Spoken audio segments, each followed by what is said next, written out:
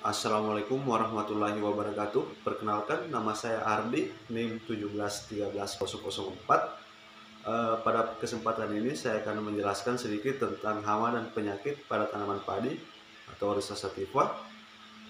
Hama yang pertama yaitu keong emas atau Pomacea sanalisulatael. Keong emas merupakan salah satu siput yang hidup di perairan air tawar.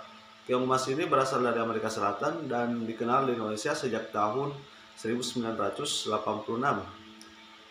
Adapun klasifikasi keong emas yang pertama Kingdom Animalia, Phylum Mollusca, kelas Gantropoda, ordo Pulmolata, familia Ampullaridae, genus Pomacea, spesies Pomacea sanalicula L. Morfologi keong emas yaitu keong emas memiliki bentuk yang hampir sama dengan keong sawah yang disebut dengan gondang, memiliki perbedaan di bagian cangkang keong emas berwarna kekuningan, keemasan, sehingga kecoklatan transparan dan juga cangkang lebih tipis. Keong emas ini memiliki daging berwarna krim keputihan hingga kemerah emasan atau orange kekuningan dengan ukuran lebih dari 10 cm dan cangkang memiliki diameter berkisar 4-5 cm. Keong ini juga bertelur di tempat yang kering 10-13 cm dari permukaan air. Bentuk telur memanjang dengan warna merah jambu. Panjang telur ini 3 cm lebih dengan lebar 1-3 cm dengan ukuran 2,0 mm dan berat 4,5-7,7 mg.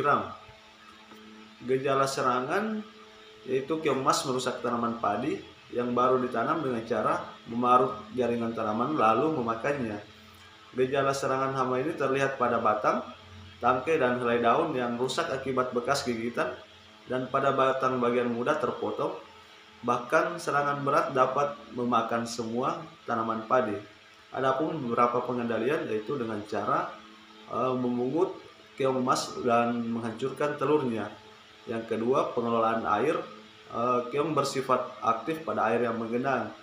Oleh karenanya, perataan tanah dan pengeringan sawah yang baik dapat membantu mengurangi kerusakan, serta melakukan penggunaan aplikasi pestisida yang dilakukan di sawah yang tergenang atau di cekungan-cekungan yang ada airnya tempat keong emas berkumpul.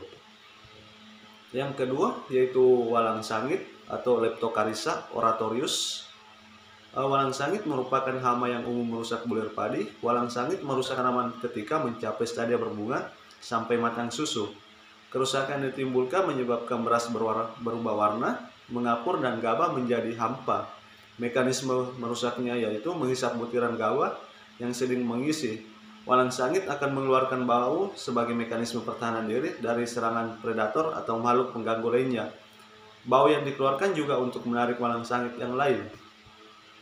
Klasifikasi walang sangit yang pertama Kingdom Animalia, yang kedua Phylum Arthropoda, kelas Insecta, ordo Hemiptera, familia Alinidae, genus Leptocarissa, spesies Leptocarissa acutate. Morfologi walang sangit. Walang sangit merupakan kelompok hewan invertebrata Phylum Arthropoda pada kelas Insecta. Walang sangit memiliki bentuk tubuh langsing dan memanjang berukuran sekitar 1,5-2 cm. Punggung dan sayap walang sangit dewasa berwarna coklat dan walang sangit muda berwarna hijau. Badan berwarna hijau, memiliki 3 pasang kaki, memiliki 2 pasang sayap, 1 pasang tebal dan 1 pasang seperti selaput. Tipe mulut menusuk dan menghisap.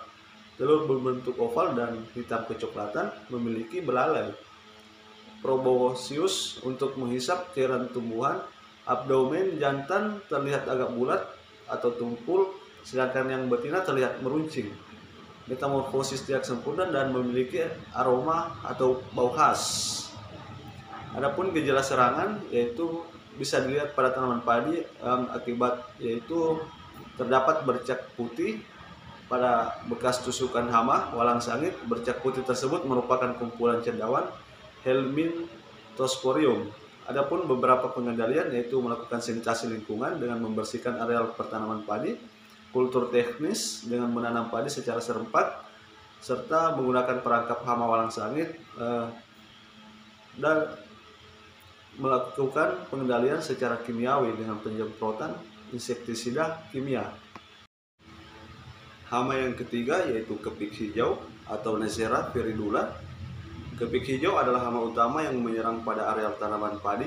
Kepik hijau biasanya merusak tanaman padi ataupun tanaman yang lain dengan cara menghisap bulir atau polong tanaman yang masih muda, sehingga bulir atau polong nantinya akan menjadi hampa dan berwarna kehitaman hingga bulir akan membusuk. Gejala serangan pada bulir padi yang dihisap, kepik hijau biasanya akan menjadi hampa dan terlihat keriput. Pada bulir padi yang dihisap tidak rontok, biasanya bulir akan menjadi keriput dan berbintik hitam yang akan menyebabkan pembusukan. Adapun beberapa pengendalian yaitu bisa dilakukan secara manual dengan mengambil dan mencari kepik hijau untuk dimusnahkan agar tidak berkembang biak. Dan yang kedua, menjaga kebersihan lahan dan pemusnahan tanaman pengganggu atau gulma, melakukan penanaman padi secara serempak, melakukan penggiliran tanaman, dan atau bisa menggunakan pestisida. Selanjutnya penyakit yang pertama yaitu penyakit hawar daun bakteri atau HDB. Penyakit ini merupakan salah satu penyakit padi utama yang tersebar di berbagai ekosistem padi di negara-negara penghasil padi termasuk di Indonesia. Penyakit ini disebabkan oleh bakteri Xanthomonas oryzae pv. Patogen ini dapat menginfeksi tanaman padi pada semua fase pertumbuhan tanaman, mulai dari persemaian sampai panen. Adapun penyakit ini menginfeksi pada bagian daun melalui luka daun atau lubang alami berupa stomata dan merusak klorofil daun. Hal tersebut menyebabkan menurunnya kemampuan tanaman untuk melakukan fotosintesis yang apabila terjadi pada tanaman muda mengakibatkan mati, dan pada tanaman fase generatif mengakibatkan pengisian gaba menjadi tidak atau kurang sempurna. Adapun gejala dan dampak penyakit yaitu bila serangan terjadi pada awal pertumbuhan, tanaman menjadi layu dan mati. Gejala ini disebut kresek. Dan pada tanaman dewasa, penyakit hawar daun bakteri menimbulkan gejala hawa atau blake, dan gejala kresek maupun hawar. Gejala dimulai dari tepi daun berwarna keabu-abuan dan lama-lama daun menjadi kering. Adapun faktor yang mempengaruhi perkembangan penyakit yaitu faktor lingkungan yang sangat berpengaruh, terutama adalah kelembapan yang tinggi sangat memacu perkembangan penyakit ini. Oleh karena itu penyakit hawar daun bakteri sering timbul terutama pada musim hujan. Pertanaman yang dipupuk nitrogen dengan dosis tinggi tanpa diimbangi dengan pupuk kalium menyebabkan tanaman menjadi lebih rendah lebih rentan terhadap penyakit hawar daun bakteri.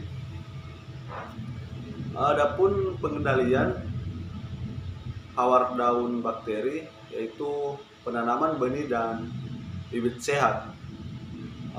Jarak tanam jangan terlalu rapat dan melakukan pengairan berselang, pemupukan berimbang, serta sanitasi lingkungan dan pencegahan untuk daerah endemik penyakit HDB. Disarankan menanam varietas padi yang memiliki ketahanan terhadap penyakit HDB. Penyakit yang kedua yaitu penyakit busuk akar. Penyakit ini sering terjadi pada tanaman padi yang ditanam di lokasi yang basah atau berair. Penyakit ini cenderung sulit diatasi karena patogen mendapatkan keuntungan kondisi lingkungan yang berair. Beberapa penyebab penyakit yaitu busuk akar pada tanaman padi disebabkan oleh patogen jenis cendawan dan bakteri. Cendawan dan patogen yang menyebabkan busuk akar padi adalah Helminthosporium, Sigmodium, sedangkan bakteri penyebab busuk akar adalah Erwinia systemi. Kedua patogen ini menyukai tempat yang lembab atau berair. Ciri dan gejala busuk akar pada tanaman padi yaitu daun berubah menjadi kecoklatan, akar tanaman hanya sedikit dan akar berbau busuk.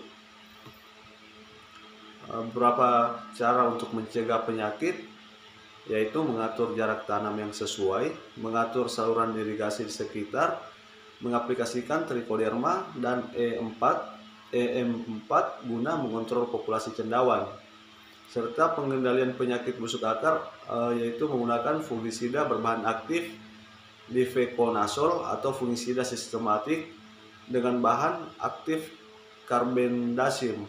Baik, itulah beberapa hama dan penyakit yang sempat saya jelaskan. Lebih dan kurangnya mohon dimaafkan. Terima kasih. Assalamualaikum warahmatullahi wabarakatuh.